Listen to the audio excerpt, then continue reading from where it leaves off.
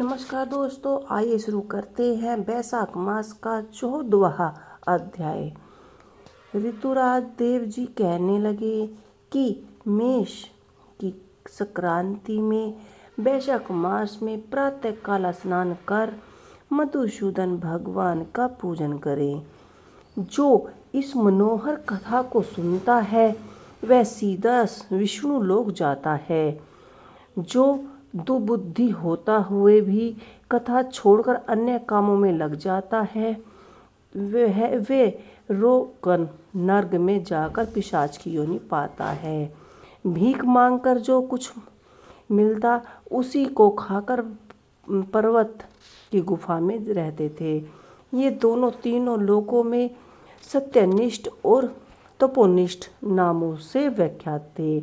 इसमें सत्यनिष्ठ तो सदा कर्म को करने वाला और भगवान की कथा सुनने और सुनाने में तत्पर रहता था, परंतु पुण्यनिष्ठ रूपी कथाओं की व्याख्या के सुनाने के समय संपूर्ण कार्यों को छोड़कर देता था तथा कथा समाप्त होने पर अपने नित्य कार्य करता था। वह बिना कथा श्रवण किए अन्न ग्रहण नहीं करता था। मनुष्य ऐसी कथा सुनते हैं, उनकी जन्म के बंधन नहीं रह पाते और विष्णु भगवान की सच्ची भक्ति का तथा स्नेह उत्पन्न होता है। अतिरिक्त दूर हो जाते हैं और साधु महात्माओं की सहुदय उनका आशीर्वाद हृदय से आकर विराजमान हो जाते हैं। परंतु जहाँ साधु महात्मा न हो, तुलसी न हो, विष्णु मंदिर न हो, कालमृग न हो अथवा कथा न हो, वहाँ यदि शमशत गंगा जी का किनारा भी न हो तो त्याग देना चाहिए। वहाँ का मारा हुआ प्राणी 100 जन्मों तक कुकर योनि पाता है और भक्ति और कथा श्रवण करने में तत्पर रहता है। मगर दूसरे जो तपोनिष्ठ था न तो जिन्हा से विष्णु कथा कहता था और ना ही कानों से सुनता था।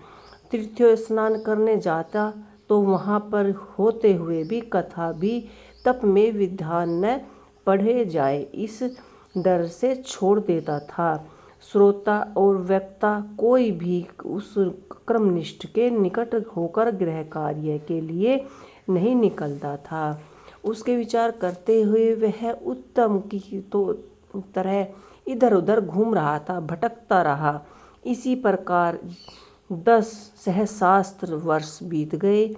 उसे अपना कोई रक्षक दिखाई नहीं देता था।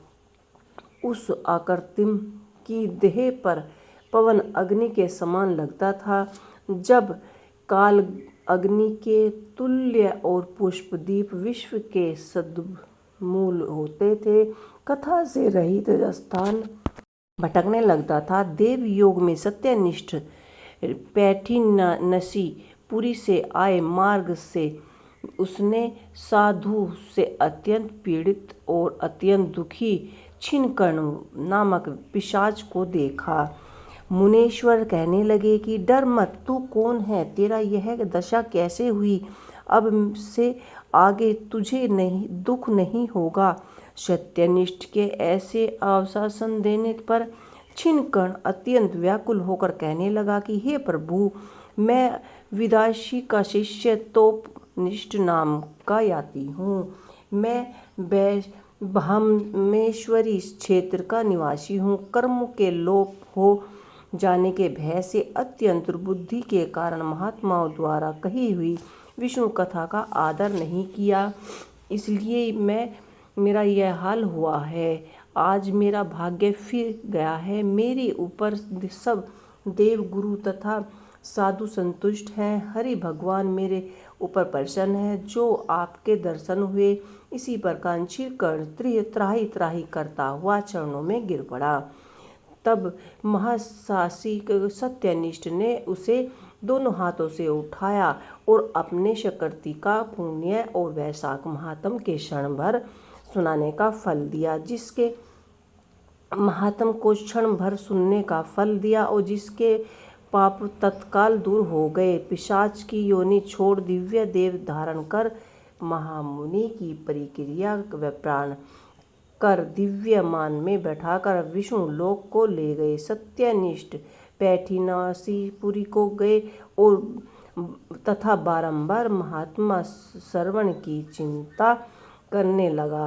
ब्राह्मण ऋतुदेव जी बोले कि जहाँ शुभ फल देने वाली, सब लोगों के पाप दूर करने वाली विष्णु भगवान की कथा होती है, वहाँ सब तीर्थया और अनेक क्षेत्र आ जाते हैं तथा वहाँ के निवासी को मुक्ति प्राप्त होती है, इसमें कोई भी संदेह नहीं है। तो इसी तरह से हर एक व्यक्ति को वैशाख मास में गंगा स्नान, ब्रह्म मुहूर्त में उठकर स्नान जरूर, वैशाख स्नान जरूर करे, उससे उसका फल अवश्य ही मिलता है।